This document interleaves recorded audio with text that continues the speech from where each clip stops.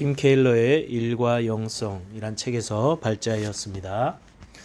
1. 일과 심의 균형이 필요하다. 천지와 만물이 다 이루어지니라. 하나님이 그가 하시던 일을 일곱째 날에 마치시니 그가 하시던 모든 일을 그치시고 일곱째 날에 안식하시니라. 하나님이 그 일곱째 날을 복되게 하사 거룩하게 하셨으니 이는 하나님이 그 창조하시며 만드시던 모든 일을 마치시고 그날에 안식을 하셨음이니라. 여호와 하나님이 그 사람을 이끌어 에덴 동산에 두어 그것을 경작하며 지키게 하시고. 창세기 2장 1절에서 3절 15절. 성경은 입을 떼자마자 일에 관한 이야기를 한다. 창세기 기자는 천지를 창조하신 하나님의 역사를 일로 묘사한다. 우주를 빚어내는 광대한 프로젝트를 일주일 동안 진행된 규칙적인 노동으로 그려내고 있는 것이다. 이어서 최초의 인류가 낙원에서 일을 하고 있음을 보여준다. 질서정연한 주님의 창조 사역과 인간을 지으신 목적에 뿌리를 두는 이러한 노동과는 세상의 온갖 종교나 신앙 체계들과는 명확히 구별된다.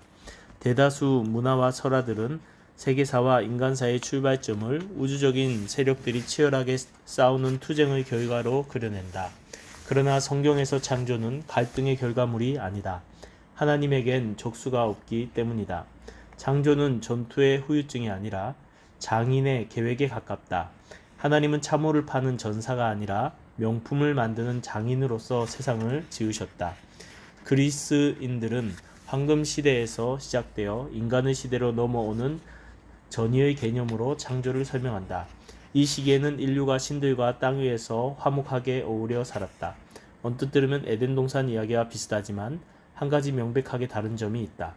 신 헤시오도스는 인간이든 신이든 황금시대 동안에는 일할 필요가 없었다고 말한다.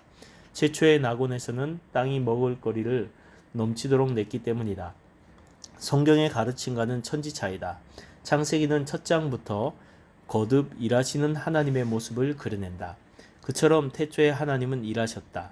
일은 뒤늦게 추가된 필요악이거나 인간이 만들어낸 제도가 아니라 창조주가 그리신 밑그림이었다. 주님은 순전한 기쁨을 얻도록 일을 지으셨다. 이쯤 되면 일보다 더 행복하고 축하해야 할 게 또 있을까 싶을 정도다. 창세기 1장에서 하나님은 일하실 뿐 아니라 거기서 큰 기쁨을 누리게 하셨다. 놀라운 일이다. 하나님이 지으신 그 모든 것을 보시니 보시기에 심히 좋았더라. 주님은 스스로 지으신 세상을 참 아름답게 여기셨다. 뒤로 한 걸음 물러서서 지으신 모든 것을 보시다가 결국 탄성을 터뜨리셨다. 참 좋구나. 멋지고 만족스러운 작품들이 다 그렇듯 작가는 그 안에서 자신을 본다. 완성된 하늘과 땅의 어울림과 완벽함은 그 어떤 개별적인 성분들보다도 더 정확하게 지으신 이의 성품을 드러낸다. 창세기 2장 역시 하나님이 만물을 창조하실 뿐 아니라 피조물들을 돌보시는 일을 계속하시는 걸 보여준다. 인간을 빚으시고 그 인간을 위해 동산을 이루시고 물을 내셨으며 아내를 주셨다. 하나님은 공급자로서 샘물이 솟아나게 하시고 땅을 경작하시며 세상을 가꾸셨으며 스스로 만드신 모든 피조물에 먹거리를 주셨고 고난받는 백성들에게 도움의 손길을 내미셨으며 궁핍한 이들이 살아가도록 필요한 것들을 모두 채워주셨다. 하나님은 일하실 뿐 아니라 일꾼들에게 그 일을 맡기시기도 한다. 창세기 1장 28절에서 주님은 인류를 향해 땅에 충만하라, 땅을 정복하라고 말씀하셨다. 정복하라는 말은 비록 하나님이 지으신 만물이 더할 나위 없이 훌륭하지만 개발되어야 할 여지가 여전히 남아있음을 가리킨다. 피조세계에 아직 손이 닿지 않아 차츰 갖고 가야 할 여지를 남기셔서 인류가 노동을 통해 그 빗장을 열어가게 하신 것이다. 창세기 2장 15절에서 주님은 사람을 데려다가 동산에 두시고 그곳을 경작하며 지키게 하셨다. 하나님은 우리의 공급자가 되시지만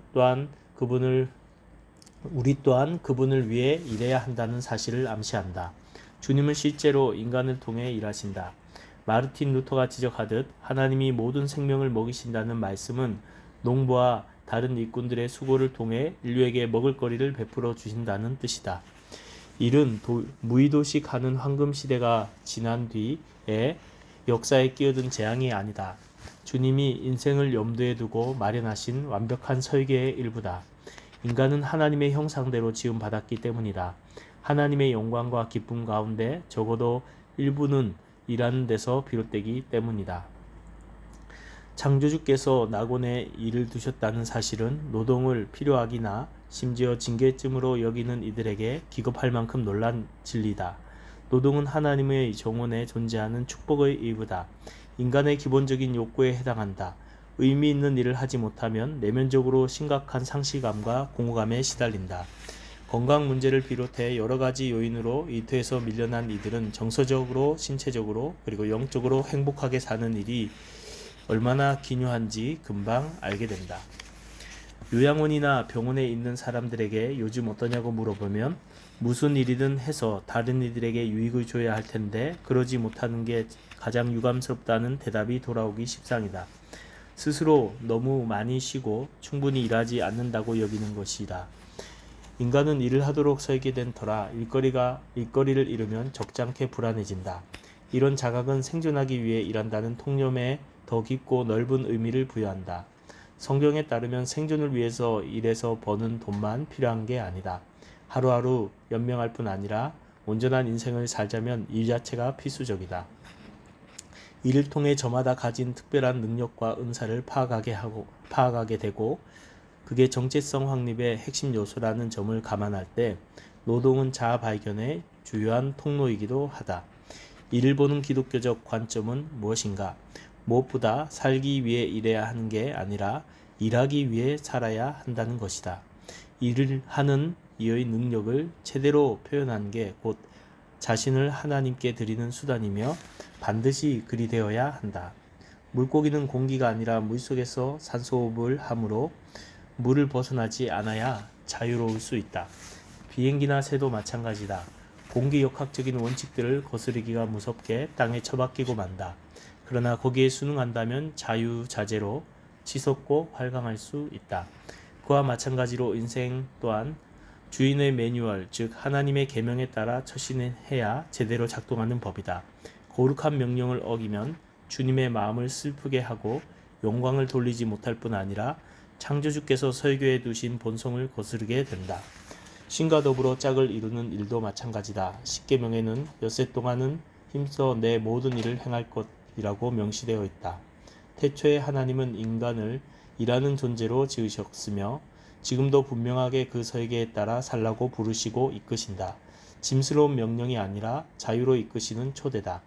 그럼에도 불구하고 하나님이 스스로 일하신 뒤에 쉬었다는 점은 시사하는 바가 크다. 일은 저주이며 여가, 가족 또는 영적인 추구 같은 그 밖의 요소들이 삶의 의미를 찾는 유일한 길이라고 생각하는 이들이 얼마나 많은지 모른다. 그러나 성경은 오직 노동만이 인간의 중요한 활동이며 쉼은 필요 악으로 여기는 반대쪽 착각에 빠지지 않도록 지켜준다. 주님은 굳이 쉬지 않아도 기력이 떨어지지 않는 분임에도 불구하고 일주일에 하루를 비우셨다. 인간은 그분의 형상대로 지음을 받았으므로 쉼, 그리고 쉬면서 하는 일들 자체가 생기를 불어넣는 선한 요소로 볼 수 있다. 삶에는 일만 필요한 게 아니다. 일이 없으면 의미 있는 삶을 살 수 없지만 일만이 삶의 유일한 의미라고 할 수는 없다. 일을 삶의 목적으로 삼는다면 설령 교회 사역이라 할지라도 하나님과 대적하는 우상을 만들어내는 셈이다. 삶의 으뜸가는 토대는 주님과의 관계이다. 주님과의 관계는 삶의 으뜸가는 토대이자 모든 요소들을 값지게 여기고 중독과 왜곡에 이르지 않도록 막아주는 예방약이다. 여가란 그저 일이 없는 상태가 아니라 가치나 눈앞의 쓰임새를 떠나 사물을 있는 그대로 묵상하고 즐길 수 있는 정서적 영적 태도이다.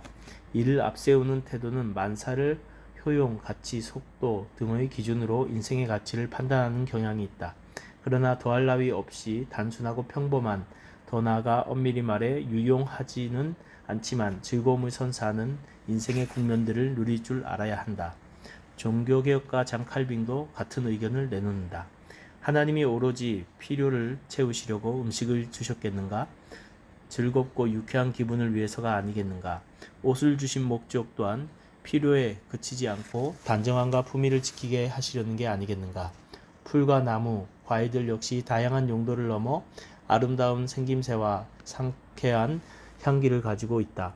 한마디로 말해 꼭 필요한 쓰임새와 별개로 매력적인 구석들을 넣어 만물을 만드신 것이다. 이를 정기적으로 멈춘 뒤 예배하고 세상을 찬찬히 들여다보고 즐기는 시간을 갖지 않는 한 삶의 의미를 진정으로 체득할 수 없다. 성경에 적혀 있듯 하시던 일을 다 마치고 쉬실 때 하나님의 눈에 비친 세상은 보시기에 더할 나위 없이 좋았다. 그와 마찬가지로 인간의 여가 역시 찬양, 지지, 내면의 눈으로 창조의 실체를 오랫도록 바라보는 시선들을 모두 포함한다. 이런 의미 있는 인생과 때려야 뗄 수 없는 핵심 요소다. 하나님이 주신 최고의 선물이며 삶의 목적을 주는 주요한 요소들 가운데 하나다. 하지만 신체적으로 기운을 되찾기 위해서만이 아니라 세상과 일상을 기쁘게 받아들일 수 있기 위해서 정기적으로 일선을 놓고 쉬어야 한다. 타락한 세상에서 일은 불만스럽고 고단하기만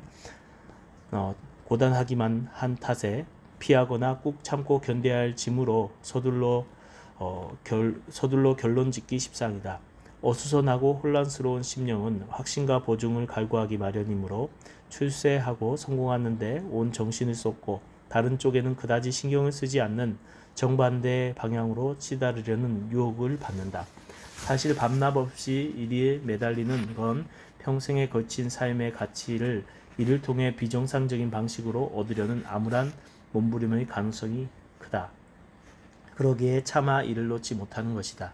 이런 태도는 결국 이를 더욱 무의미하고 만족스럽지 못하게 만들 따름이다. 일하기 싫어 라는 생각이 들 때마다 세상 만물 가운데 특히 노동이 죄의 대가로 임한 저주란 생각을 떠올리게 만들기도 하지만 일 자체는 저주가 아니라는 사실을 반드시 기억해야 한다. 인간은 일하도록 지음받았고 이를 통해 자유로워진다. 하지만 삶이 통째로 일에 빨려 들어가는 오늘날의 상황에서는 그 한계를 존중해야 함을 잊지 말아야 한다. 일과 쉼의 균형을 잡는 신학적 기초를 견고하게 다지는 작업이야말로 의미 있는 일을 시작하기 위해 더할 나위 없이 좋은 출발점이다.